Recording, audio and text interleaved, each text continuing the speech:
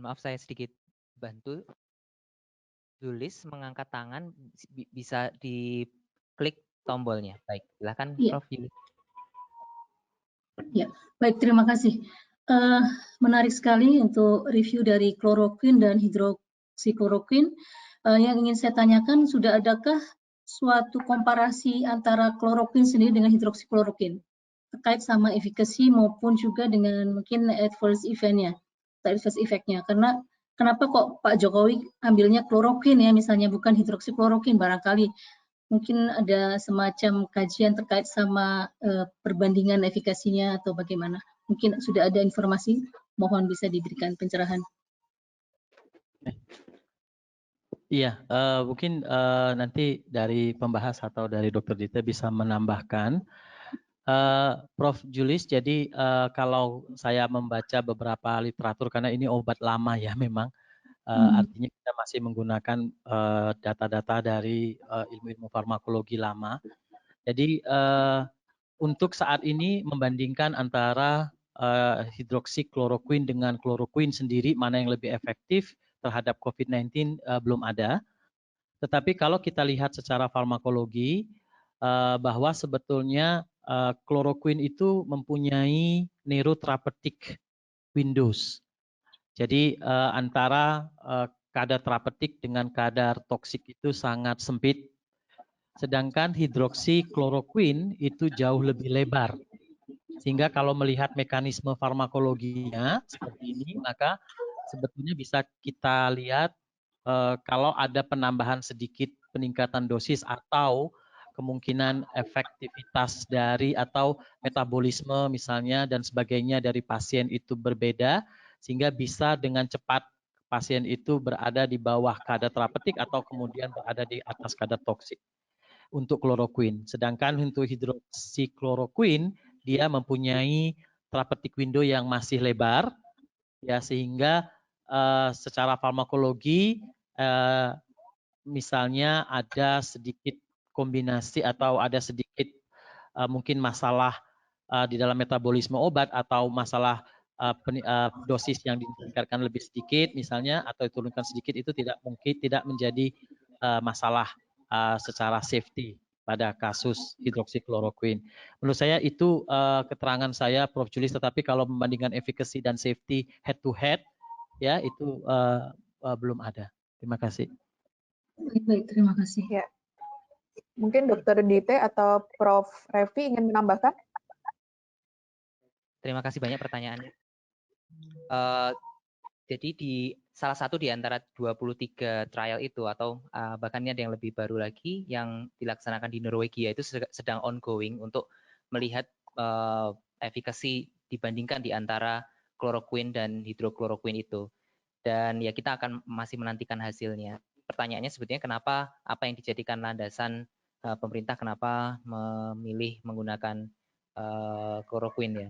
Kalau dilihat dari sisi side effect-nya, sebetulnya keduanya memiliki side effect yang hampir sama, di mana ya seperti yang di highlight oleh Prof. Revi tadi, bahwa kloroquine memiliki efek samping di mata karena disekresikan di glandula lacrimalis dan dapat diabsorpsi di kornea dan itu dapat menimbulkan kemacetan. Kemudian efek juga ini hampir sama, gastrointestinal, vomiting, diarrhea, nausea. Tapi memang kloroquine ini memiliki efek samping terhadap fetal development, sehingga pada ibu hamil hidroksikloroquine lebih dipentingkan. Kemudian dari sisi efek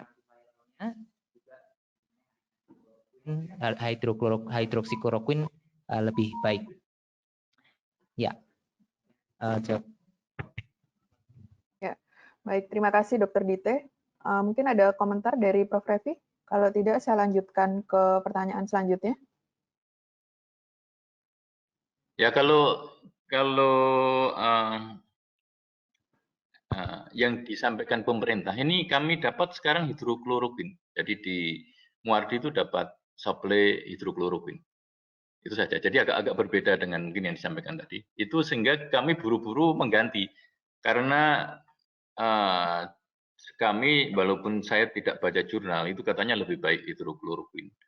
Jadi tapi nanti mungkin saya kira di browsing bisa kelihatannya ada yang menyatakan bahwa hidrokloroquin lebih baik efektivitasnya, tapi bukan di efek sampingnya. Nah, ini sehingga kami sekarang yang sebelumnya pakai kloroquin, karena kloroquin itu sebenarnya tersedia banyak di Indonesia. Sekarang kita ganti hidrokloroquin di Muardi.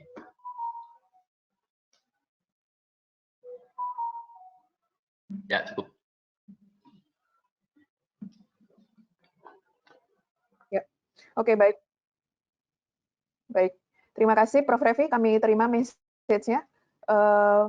Kami lanjutkan kepada pertanyaan selanjutnya dari RSUD Sutrasno. Ada 2 pertanyaan. Yang pertama, dari beberapa penelitian tersebut, apakah ada yang dilaksanakan dengan metode secara true eksperimental? Kalau ada, bagaimana hasilnya? Mungkin itu. Kemudian yang kedua, mohon penjelasan lebih lanjut tentang fungsi kloroquine sebagai antiviral dan imunomodulator.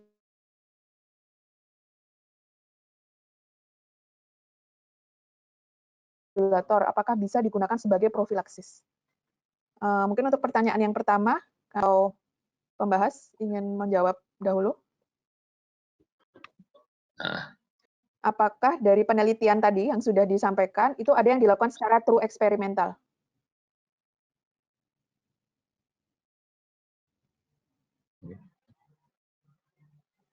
Ya, kalau kami yang nomor 1 ini belum tahu saya, karena mungkin malahan presentan lebih tahu. Tapi kalau yang nomor 2 ini, yaitu tentang kloroquine sebagai antiviral dan antimodulator. Untuk antiviral memang banyak sudah disampaikan beberapa. Saya baca di Lancet tahun 2003 tentang farmakodinamik farmakokinetik untuk kloroquine dalam viral infeksi ini memang bisa. Jadi itu tadi, dia menghambat replikasi, ya, terutama untuk menghambat pH dependent yang merupakan step awal dari replikasi. Jadi antiviralnya adalah mengganggu replikasi virus tadi. Nah, kemudian untuk imunomodulatornya, disampaikan di sini memang dia menyebabkan penurunan produksi TNF-alpha dan interleukin 6. Ini merupakan sitokin proinflamasi. Terus apakah bisa digunakan sebagai profilaksis? Ini kan belum ada penelitiannya.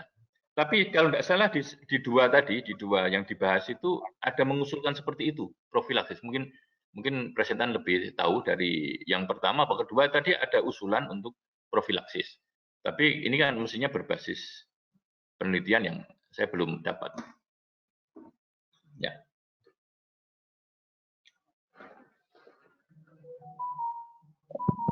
Oke, kalau dari saya sendiri sebetulnya dari beberapa penelitian tersebut, apakah ada yang dilaksanakan dengan metode secara true eksperimental?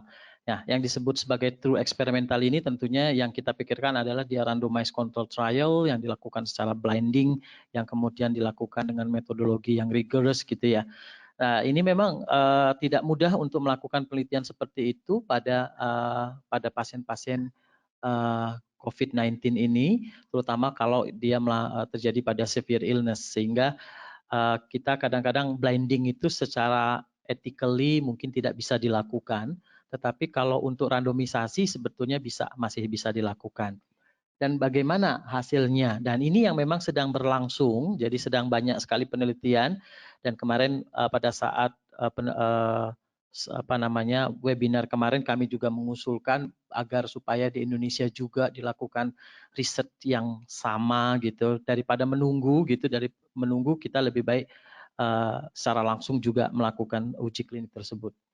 Kemudian untuk bagaimana tadi fungsi kloroquine sebagai antiviral dan imunomodulator tadi sudah dijelaskan menurut saya oleh Prof. Revi.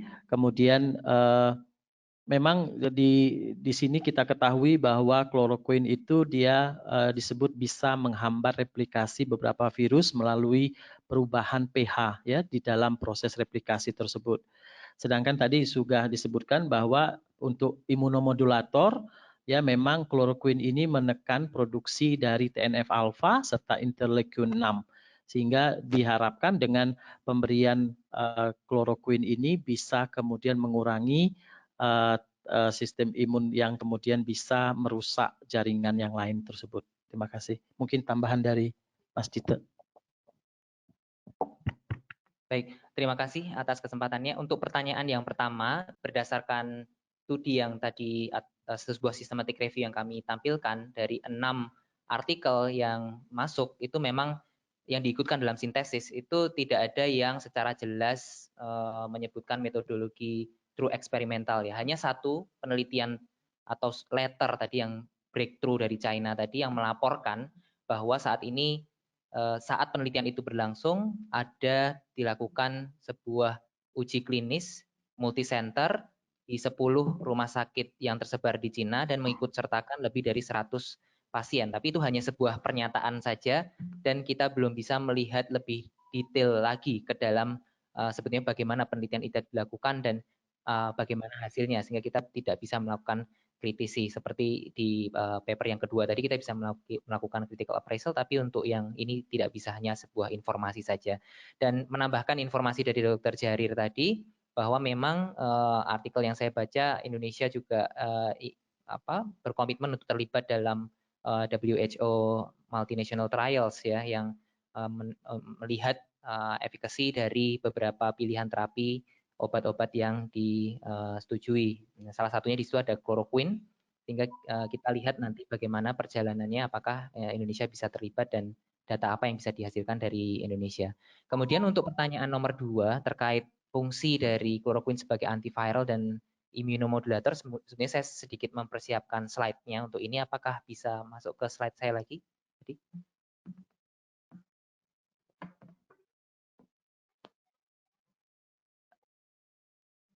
Ya, saya cuplik sebuah gambar dari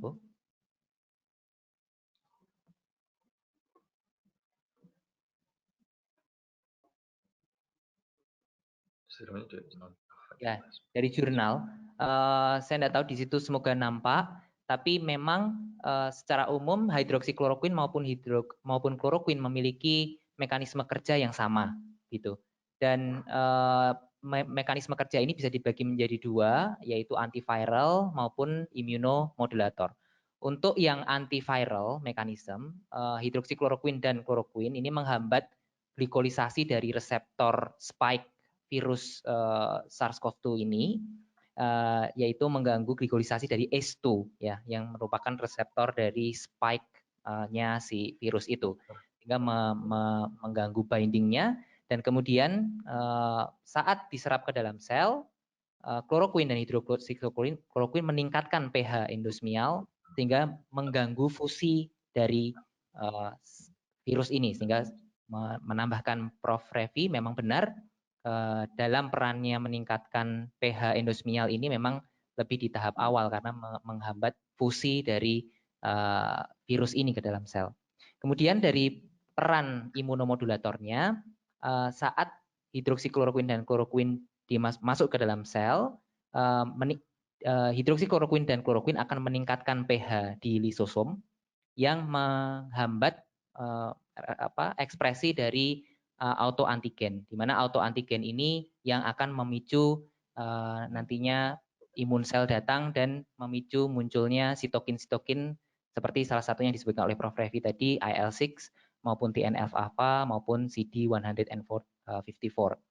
Jadi melalui mekanisme inilah hidroksikloroquine dan kloroquine menghambat antiviral atau memiliki peran antiviral dan memiliki peran immunomodulator. Selain itu, ada satu terakhir di situ di gambar ini tergambar bahwa hidroksikloroquine dan kloroquine mencegah pengeluaran atau ekspresi dari pro-inflammatory cytokine. Ya, persis seperti yang disampaikan oleh Prof. Revi tadi. Ya, ini hanya merangkum Prof. Revi tadi. Terima kasih. Ya, terima kasih Dr. Dite dan Dr. Itop dan Prof. Revi. Kita ke pertanyaan selanjutnya, mungkin bisa ditampilkan kembali. Saya bacakan pertanyaan dari Saudara Arifah Jauhara. Maaf mau bertanya, jika di pelayanan tingkat 1, pasien sudah sering memakai azitromisin apa ada pengaruhnya saat pengobatan COVID-19? Terima kasih.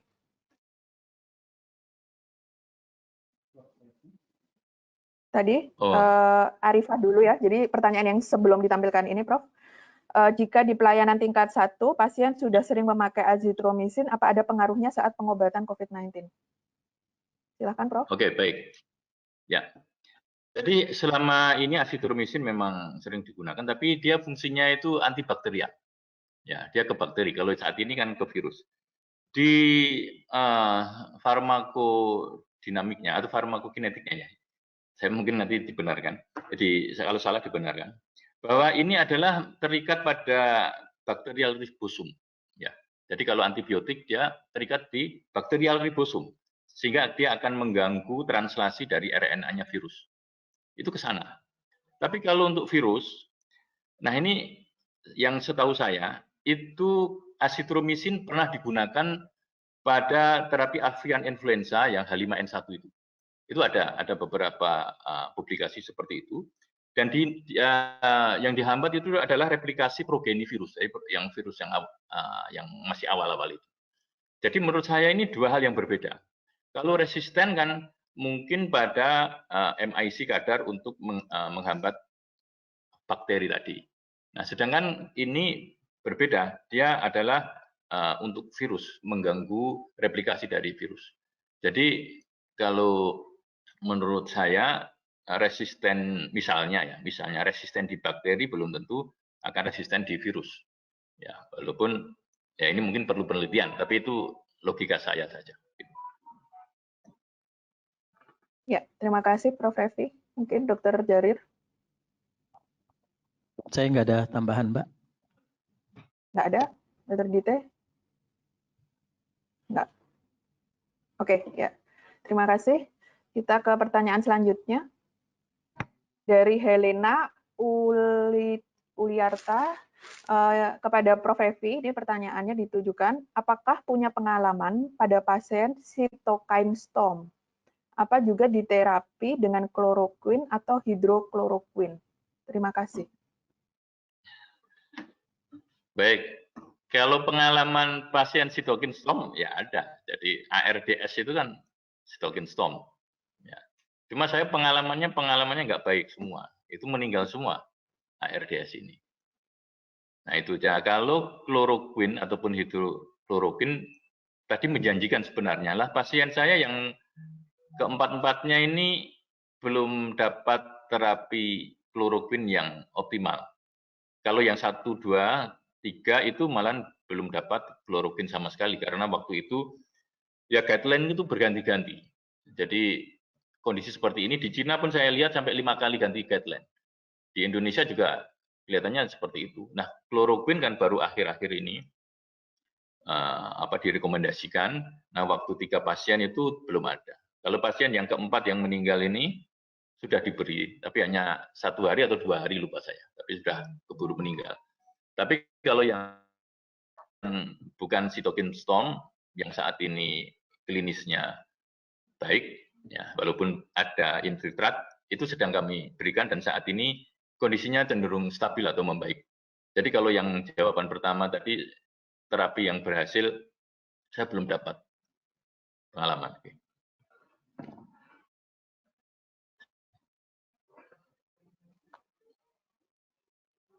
Ya, baik.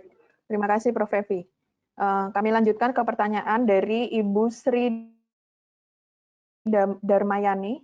Bagaimana dengan potensi efikasi dan keamanan jika kloroquine dikombinasi nih kayaknya ya, kloroquine dikombinasi dengan favipiravir. Ya, favipiravir. Mungkin ada komentar, Dokter atau Prof? Maaf, saya belum baca. Kalau yang populer ya sekarang hidrokloroquine dengan azitromisin itu, terus kemudian kemarin dikombinasikan dengan ritonavir, lopinavir itu yang sekarang sedang direkomendasikan di Indonesia itu. Tapi kalau favipiravir mungkin ada penelitian di luar negeri, tapi saya belum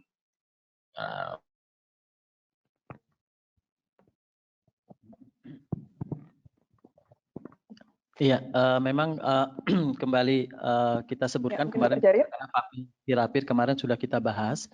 Jadi ini merupakan Avigan ya yang sekarang kita beli dan ini memang akan banyak dipakai untuk dijadikan kombinasi.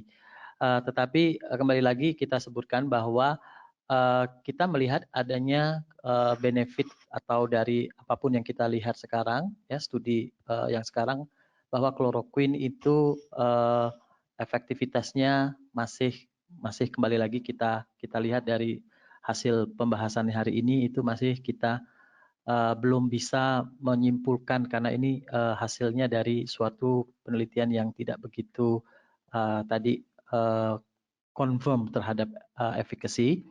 Yang kedua, favipiravir kemarin juga sudah kita bahas bahwa kita masih kembali lagi penelitiannya juga tidak merupakan non randomized dan juga bukan suatu merupakan open trial.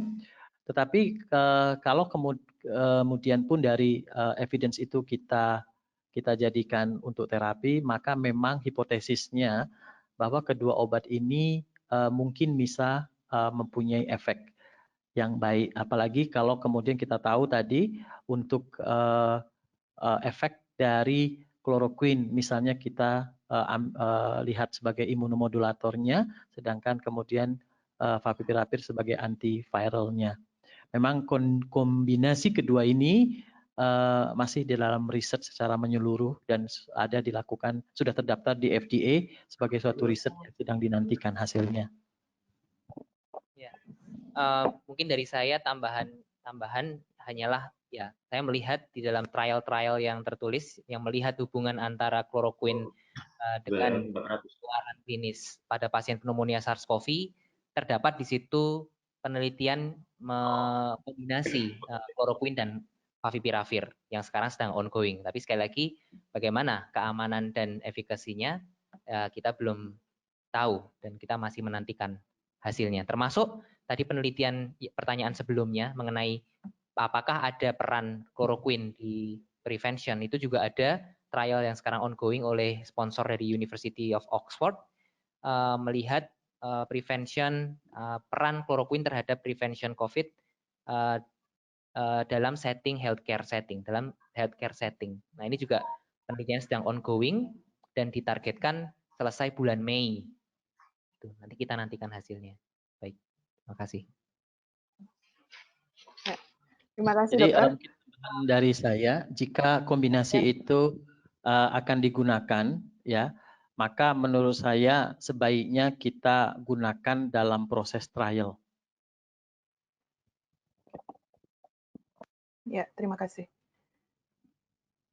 Selanjutnya ada pertanyaan, berapa dosis dari Ibu Ira Nuraisidah, berapa dosis hidroksikloroquine? Mungkin karena tadi waktu Pak Dr. Jarir presentasi, sepertinya tadi sempat ada pause tadi, Dok. Jadi mungkin apakah tadi terlewat atau mungkin bisa disampaikan kembali dosisnya berapa, Dok? Mungkin kalau yang di studi tadi.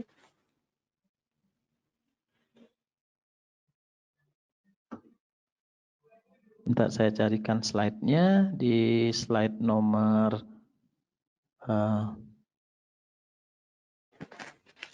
slide nomor 11 di prosedur.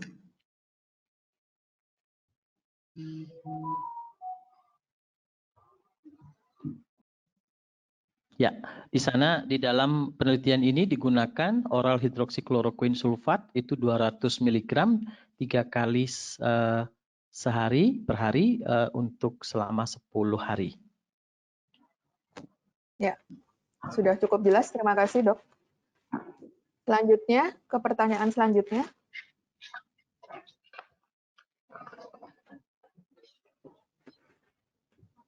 Bisa minta tolong dibukakan lagi, Mbak, pertanyaan selanjutnya. Ya, sepertinya pertanyaan terakhir, ya ini dari Ibu Farindira Vesti Rahmasari. Pertanyaannya, sebaiknya kloroquine diberikan saat kondisi pasien seperti apa dan disediakan dalam perawatan di mana? Bagaimana kemungkinan resistensi dengan semakin meluasnya dan tanpa peresepan dari kloroquine? Mungkin kami kami ajukan kepada Prof. Revi. Mungkin bisa memberikan komentar, Prof. Baik, kalau kloroquine ini memang sebenarnya kan obat yang memang harus hati-hati pemberiannya. Jadi kalau menurut saya ini diberikan indikasi kalau memang mengarah klinis ke COVID-19. Kalau tidak mengarah sebaiknya jangan dulu.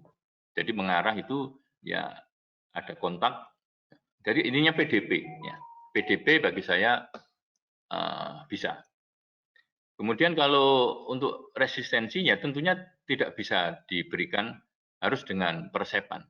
Selama ini dosisnya beda dengan malaria. Kalau yang ini kan 2 kali 500 mg, beda dengan malaria, yang hanya sekali saja. Jadi ini kalau dikatakan kondisi apa, kalau menurut saya pada pasien dalam pengawasan, kalau yang jelas pada positif, ya. Tapi kan kadang-kadang lama ini hasil dari litbangkes ini cukup lama, lebih dari 4 hari. Sementara kalau pasien pada kondisi-kondisi kritis kan harus segera dilaksanakan. Nah, kalau saya pendapat pribadi itu pada pasien dalam pengawasan. Itu kalau ini harus pakai resep, tidak bisa bebas. Ya, terima kasih Prof. Revi. Mungkin Pak Ito penyambung. Ya, jadi ada kita kalau menggunakan secara farmakologi ya, kalau kita ingin menggunakan suatu pengobatan, kita penting untuk melihat benefit dan risk-nya. Kalau pada misalnya pasien tadi untuk preventif ada pertanyaannya juga itu bahwa pada saat perawatan yang mana yang diberikan. Kembali lagi kalau kita lihat dari data hidroksikloroquine tadi dari penelitiannya adalah pasien-pasien tidak ada yang berat sama sekali. Walaupun tadi ada pasien yang bahkan asimptomatik, ada yang upper respiratory infection, ada yang lower infection. Nah, tetapi apakah lower infection ini bisa disebut sebagai severe di sini?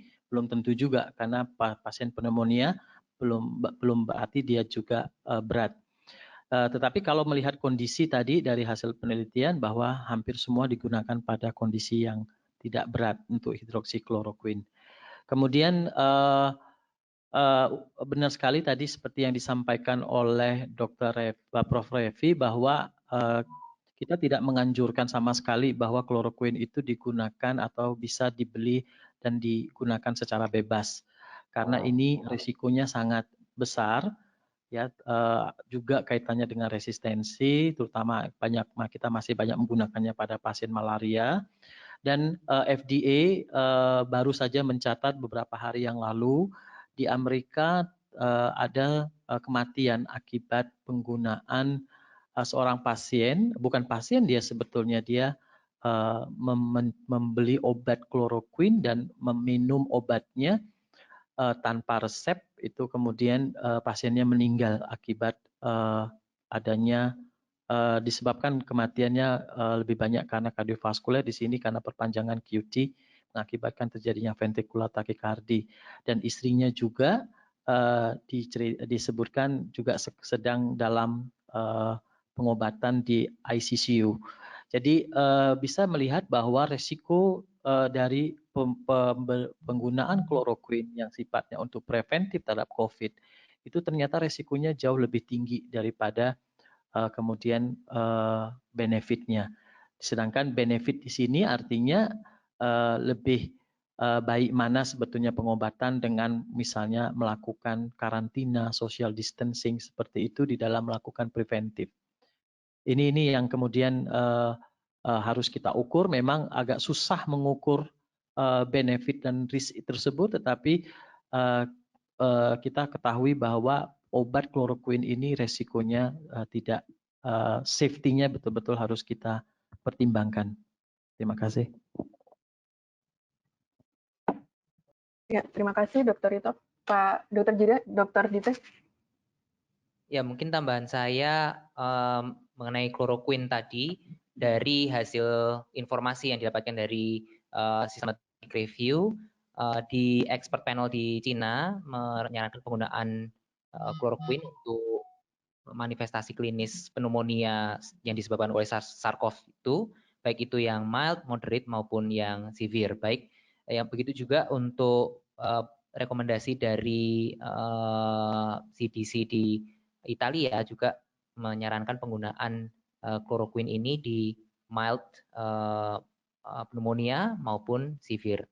Gitu. Kemudian untuk yang pertanyaan yang kedua tadi, hanya menambahkan saja informasi yang tadi sudah disampaikan oleh Dr. Itop bahwa memang ada informasi beberapa hari yang lalu ada seseorang laki-laki yang meninggal karena minum kloroquine fosfat gitu. Dan tapi kloroquine fosfat ini bukan obat yang memang digunakan untuk terapi, tapi kloroquine fosfat yang digunakan untuk membunuh parasit di ikan gitu. Jadi informasi yang diterima oleh masyarakat kadang ada hype ya, pemerintah membeli obat ini, kemudian di Amerika ya, ini yang dijadikan rujukan ada di Amerika, kemudian saat melihat ada di situ kandungan kloroquine fosfat, maka tanpa berpikir panjang kemudian masyarakat meminumnya dan ternyata itu memang sifatnya sangat toksik.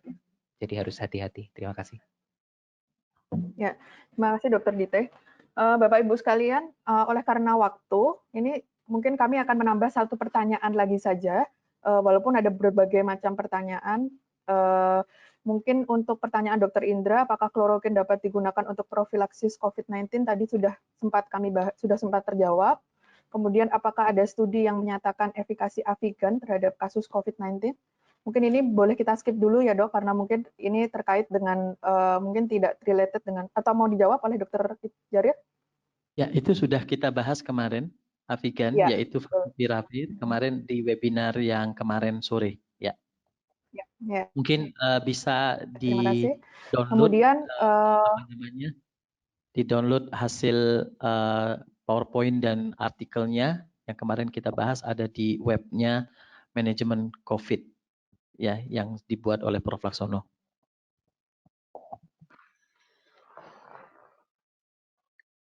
Ya, terima kasih. Selanjutnya untuk pertanyaan Dr. Lina Yohanes juga mungkin kita skip dulu karena tadi sudah sempat kita bahas. Untuk pertanyaan Dr. Kevi, selain kloroquine, apakah ada obat lain? Itu juga kemarin ada pembahasan juga, silahkan di-download informasinya. Nah ini mungkin yang pertanyaan terakhir saja Dok. Dari Dr. Ratih Wulandaru.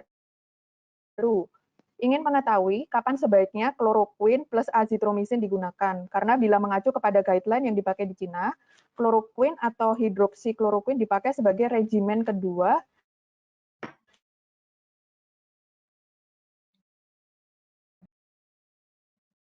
bila regimen pertama tidak bisa dipakai. Ini mohon komentarnya, Dok.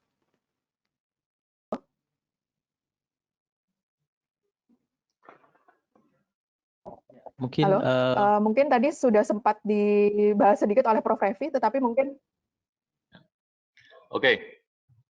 Baik. Jadi saya sampaikan, ya, saya sampaikan untuk terapi COVID-19 ini berbagai negara itu berbeda-beda untuk obat yang diberikan. Yang di Kementerian Kesehatan yang sekarang dipakai itu yang seperti pertanyaan yang di atas itu, selain kloroquine apa yang digunakan, itu memang oseltamivir, vitamin C dosis tinggi, azitromisin atau levo, kemudian kloroquine, dan tidak dianjurkan kortikosteroid.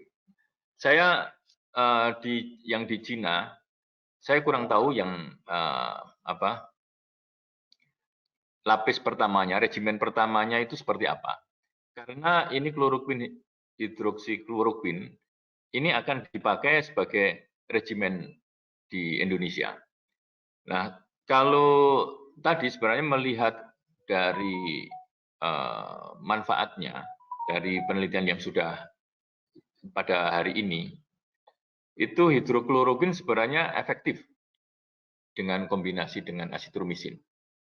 Ini daripada memang tidak ada lagi yang obat-obat yang diuji coba yang menjamin keefektivitasnya.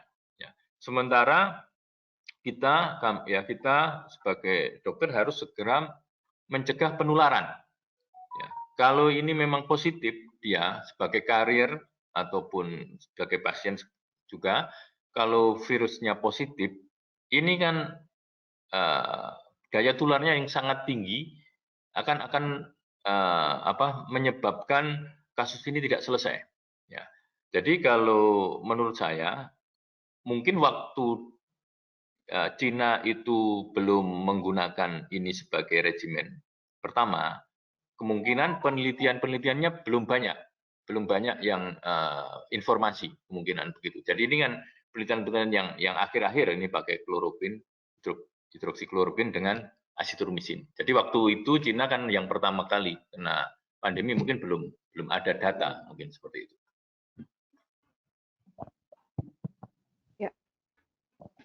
Iya, untuk menjawab itu tadi di slide saya di nomor 2 sebetulnya dari laporan di mana di Cina itu sudah mengeluarkan tadi juga Profi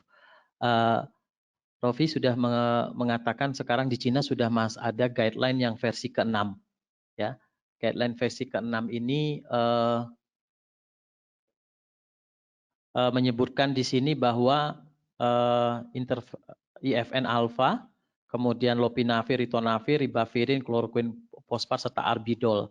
Nah, tetapi kembali lagi benar Prof bahwa di dalam penelitian guideline ini bagaimana mereka memasukkan obat-obat ini dalam guideline untuk terapi COVID tersebut itu didasarkan karena obat-obat ini diketemukan atau diketahui evidence-nya itu secara in vitro maupun in vivo atau kemudian juga ada hasil clinical trial-nya terhadap coronavirus, tetapi tidak pada COVID-19 tetapi pada MERS dan SARS. Jadi pengalaman dari beberapa coronavirus sebelumnya itu mengapa kemudian diambil beberapa terapi tersebut. Tetapi kembali lagi juga bahwa unsur dari expert opinion atau expert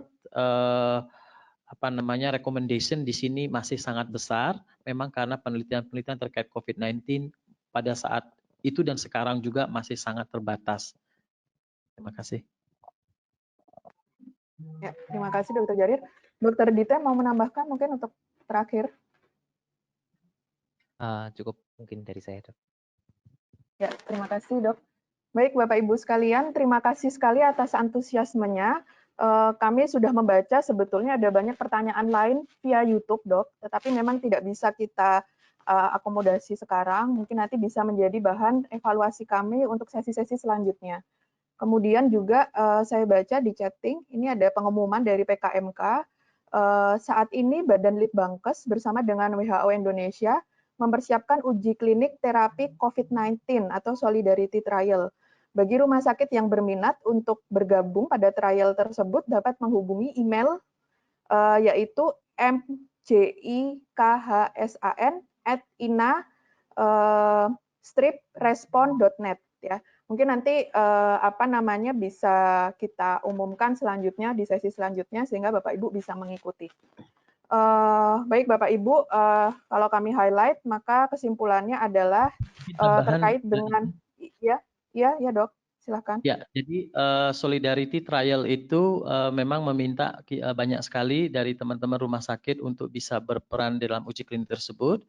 Nanti karena kembali lagi kita tidak akan menunggu hasil uji klinik yang sedang berlangsung di berbagai negara, tetapi seperti remdesivir, avigan, chloroquine, dan segala macam yang akan kita gunakan pada pasien COVID-19 ini, itu semua akan kita jadikan suatu trial. Sehingga Solidarity Trial ini diharapkan memang bisa melibatkan banyak center. Terima kasih. Ya, terima kasih. Sebagai penutup, konklusinya adalah pengobatan dengan kloroquine ataupun hidroksikloroquine dikombinasi dengan asitromisin memiliki potensi preklinik yang potensi efektivitas secara preklinik yang cukup baik, menjanjikan. Namun begitu dari studi-studi klinis sepertinya cukup banyak catatan atau limitasi atau isu, sehingga diperlukan studi-studi lanjutan yang lebih baik yang sesuai dengan standar WHO. Kemudian Indonesia juga perlu melakukan trial untuk menanggapi hal ini. Kemudian ada catatan dari Prof. Revi terkait dengan terapi-terapi yang digunakan pada pasien critical illness. Terakhir, terkait dengan penggunaan kloroquine ya tanpa peresepan, ini harus berhati-hati juga termasuk untuk sebagai profilaksis, karena kita harus benar-benar memperhatikan risk dan benefit-nya. Apakah mungkin memiliki resiko tingkat keamanan yang mungkin justru lebih risknya lebih besar daripada benefitnya. Baik, Bapak Ibu sekalian, sampai di sini sesi kita hari ini. Sebagai penutup, saya baca pantun. Bayi merangkak di atas tanah, merangkak hingga ke belakang rumah. Semoga webinar ini jadi berkah untuk lentera di alam barzah. Terima kasih. Assalamualaikum warahmatullahi wabarakatuh. Sampai jumpa di webinar selanjutnya. Ya, terima kasih Bu Ica. Saya dari MMR dan dari PKMK FKUKM mengucapkan terima kasih pada Bu Ica, Pak Itop, Pak Ditit, dan juga Prof. Reviono yang ada di Surakarta, di Solo, Pak Dekan FK UNS. Ini teman seangkatan isi saya ya, di S1 FK UGM tahun angkatan 84 ya. Ya, terima kasih sekali Prof ya, partisipasi. Nah, jadi artinya dalam konteks kita ke depannya ya untuk persiapan dan juga menghadapi COVID ini terbukti memang diskusi klinis ini sangat diminati ini Pak Itop ya. Jadi diskusi siang ini sekitar ada 500 yang di webinar dan ada 200-an yang ada di di YouTube ya. Jadi totalnya lebih dari 700 ya. Dan itu titik ya. Satu titik kita nggak tahu ada berapa orang, bisa 1 orang, bisa 2 orang, bisa 10 orang ya. Tergantung pada distance polisinya ya. Oke.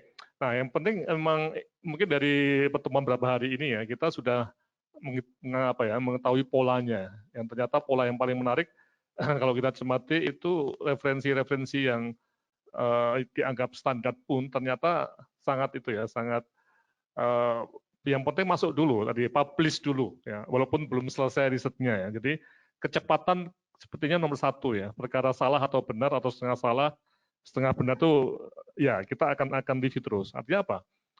Kami melihat bahwa forum ini harus dijalankan terus, Pak. Artinya begitu ada hal baru harus masuk dibahas, yang baru bahas terus, Pak. Jadi kita jangan istilahnya itu bosan-bosannya untuk membahas hal ini. Dan saya berharap tim Cochrane Indonesia bisa untuk minggu depan bisa membuat semacam jadwal lainnya yang ini penting sekali untuk kita semua walaupun kita semua sibuk atau sebagian ada di rumah untuk working from home ya, kegiatan ini mungkin bisa dipakai untuk mengisi waktu ya.